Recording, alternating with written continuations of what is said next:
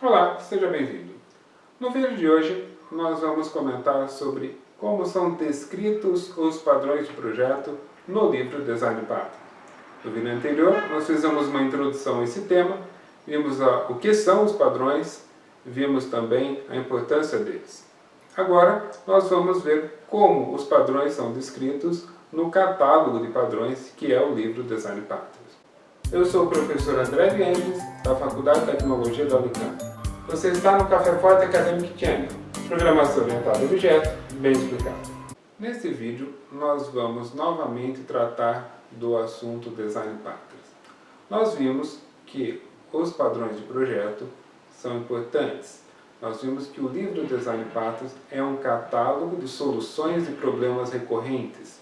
Você encontra nesse catálogo uma série de problemas que você vai vivenciar mais cedo ou mais tarde no desenvolvimento de software, as soluções propostas para esse problema e inclusive as consequências do uso de cada solução. As palavras-chave para o vídeo de hoje são elementos essenciais e avaliação e comunicação. Eu vou começar a nossa conversa de hoje com essa citação que eu achei pela internet e que diz que o gerente que vem com uma solução certa para o problema errado é muito mais perigoso do que aquele que vem com a solução errada para o problema certo. Reflete um pouquinho sobre isso e você vai ver que tem um bom fundamento essa anotação que a gente encontrou por aí. Trazendo para o nosso tema, se você não consegue identificar o seu problema no desenvolvimento de software, você não vai conseguir usar o padrão. Então, o nosso passo é: conheça o padrão. Ao desenvolver, identifique e conheça o problema, busque a solução no catálogo e faça a implementação. Se você reconhecer o problema de uma maneira deficitária, se você fizer um erro nesta fase, você vai implementar uma solução errada e ela não vai servir para nada.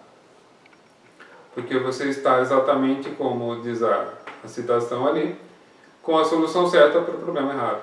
Aí não funciona. Se você implementa a solução errada para o problema certo, você logo percebe que alguma coisa tem que ser ajustada, é mais fácil de tratar. Mas vamos seguir.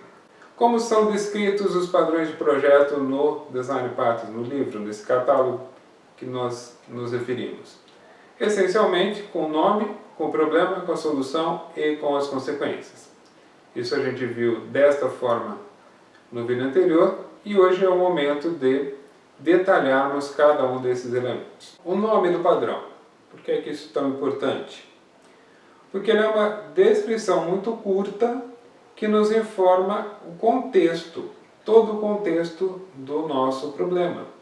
Depois que você se acostumou, se alguém chega para você e diz, olha, padrão tal, você já entendeu todo o contexto, porque você sabe que ali tem uma descrição de problema, de solução, de consequências e tudo mais. Então, é muito importante o nome. Aliás, os autores do livro dizem que uma das grandes dificuldades de escrever o livro foi dar bons nomes aos padrões. Quando você tem um nome bem arrumado para o padrão, você começa a construir um vocabulário. E esse vocabulário vai então permitir que você converse, que você entenda melhor o contexto, que você possa realmente estar dentro do seu processo de desenvolvimento bem situado. Também nós podemos, a partir do nome dos padrões, fazer um projeto, ou pelo menos pensar num nível de abstração mais alto, porque é uma solução, você já sabe disso, para um problema recorrente. E aí o que acontece? Talvez você, de outra forma, se focasse muito em detalhes, mas não, quando a gente discute em termos de padrões, nós estamos tentando discutir num nível de abstração bem mais alto. A estrutura que você vai colocar. Agora, os detalhezinhos, inclusive que linguagem você vai usar, são coisas que você deve deixar para o momento oportuno. Isso quer dizer, para bem mais tarde. Vamos resolver o problema, vamos fazer as decisões do que nós vamos usar, e assim, no tempo oportuno, a gente faz a codificação desse programa, desse desenvolvimento em si. O nome do padrão é uma ferramenta importantíssima de comunicação.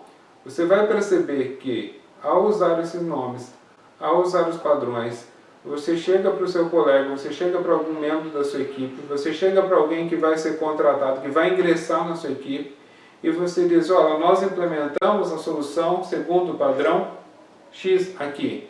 É muito mais fácil de se conversar, muito mais fácil de se comunicar.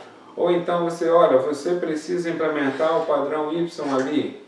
É muito mais tranquilo do que você tentar desenvolver, descrever do nada uma estrutura de software que seja específica para o seu caso, que seja vinculada àquele programa que você está desenvolvendo. Não, estamos pensando num nível mais alto de abstração, conversando, projetando em um nível mais alto. É assim que nós vamos conseguir os benefícios da orientação a objeto. Então, o primeiro elemento essencial da descrição de um padrão é o nome. O segundo elemento essencial é o problema em questão. Qual o problema que o padrão resolve? Primeira coisa é quando aplicar esse padrão. Então, você tem ocasiões em que ele é interessante, tem ocasiões em que ele não é interessante. Para isso, você tem aí a descrição do problema e do contexto desse problema. Nós estamos falando de problemas que podem ser algoritmos, podem ser estruturas de classe, relacionamento entre classes e outras questões que aparecem aí no desenvolvimento orientado a objeto. E por fim, você encontra no catálogo a pré-condição de uso. Alguns padrões precisam de certos pré-requisitos para que possam ser empregados. Se essas pré-condições não estiverem presentes, você não vai conseguir empregar o padrão. O próximo elemento da descrição é justamente a solução proposta, o padrão para resolver o seu problema. Nesta descrição, nós vamos encontrar, em primeiro lugar, os componentes para construir essa solução. Nós vamos encontrar os relacionamentos entre cada um dos itens que compõem a solução. Nós vamos encontrar as responsabilidades que são divididas entre os itens, as colaborações que são necessárias, ou seja, toda uma estrutura para você conseguir solucionar o seu problema. Mas isso está numa descrição abstrata e eu vou dizer como gabarito. No livro o termo original é template, ou seja, nós não estamos pensando no seu problema específico, no seu software chamado X ou Y. Nós estamos pensando numa questão geral. Nós estamos pensando numa solução que vai servir para você, mas que vai servir para mim, que vai servir para um monte de gente. Então, a descrição é em mais alto nível. Nós não estamos preocupados em declarar uma variável aqui, nós não estamos preocupados num ponto e vírgula ali.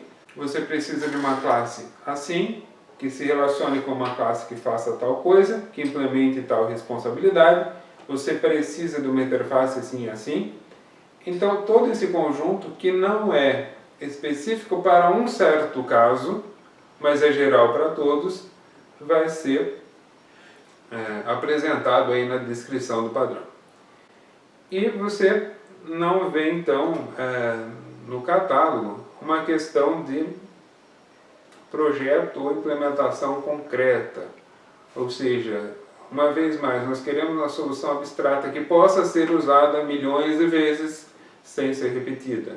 Nós não queremos uma solução que só sirva num certo programa, num certo banco de dados, numa certa rede, ou enfim, qualquer ambiente específico. É essa a ideia, então, que a solução seja abstrata, que ela não seja concreta, no sentido amarrada a um certo caso.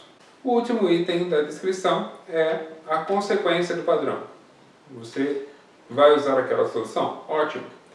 Mas ela vai te trazer benefícios e custos. Você tem que estar ciente das duas partes para poder fazer uma boa avaliação. Devo usar o padrão no meu caso específico ou não devo usar?